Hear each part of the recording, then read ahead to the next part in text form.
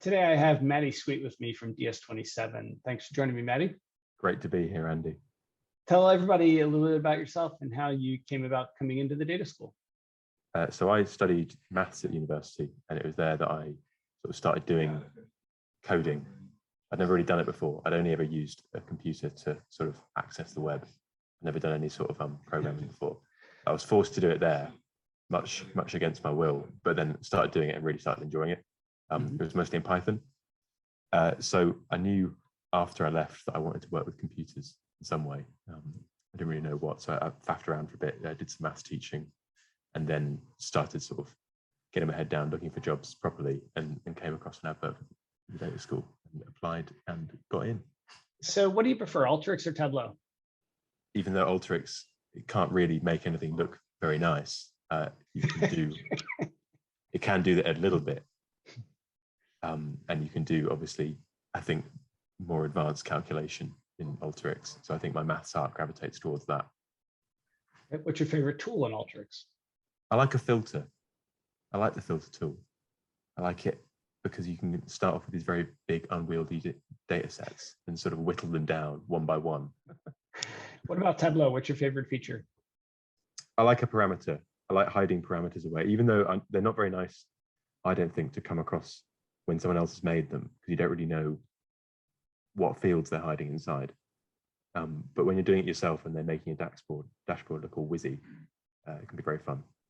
What is your top tip for being successful in the data school? Ask lots of questions, I think. If you don't understand something, just say it straight away, because chances are 7 people around you also didn't understand it. You're obviously very clever, you got this far. So just ask. How do you think you've improved the most during training? I think I got better at asking questions. I think my tendency is when I don't understand something to go silent and kind of plug away at it until I think I do understand it. I think I've become more open to just saying it straight away and letting people help.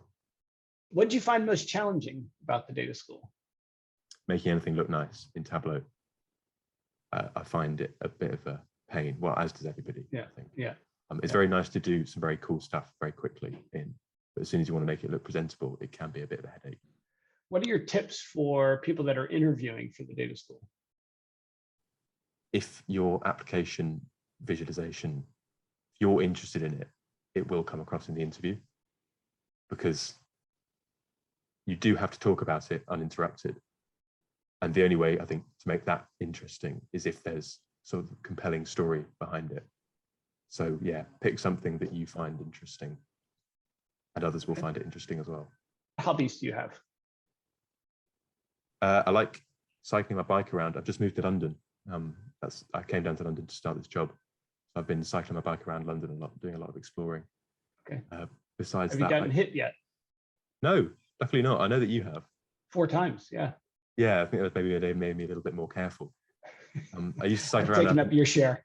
It's a lot safer here in London than I've cycled anywhere else before. If you could go anywhere in the world, where would you go? For the US, actually. I'd really like to go to California. I've never been before. But any particular part of California? It's a big state. I think the appeal of America is how big it is. So I quite like to have as much time as possible just to journey about. I think it's the big empty bits that I'm most interested in. Anywhere with a lot of mountains and not too many people. Who's your favorite movie character?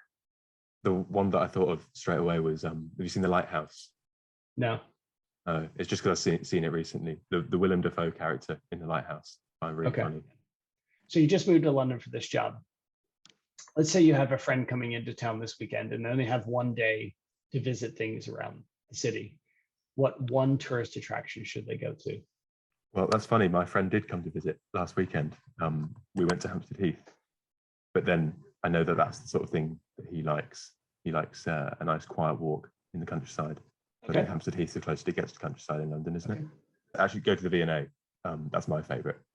Thanks for joining me today, Matty, for this short chat. I appreciate it, and I hope everybody gets to know you pretty well through this. You're very welcome. Thank you for having me. All right, have a great day. Yeah, you too. Bye-bye. Bye.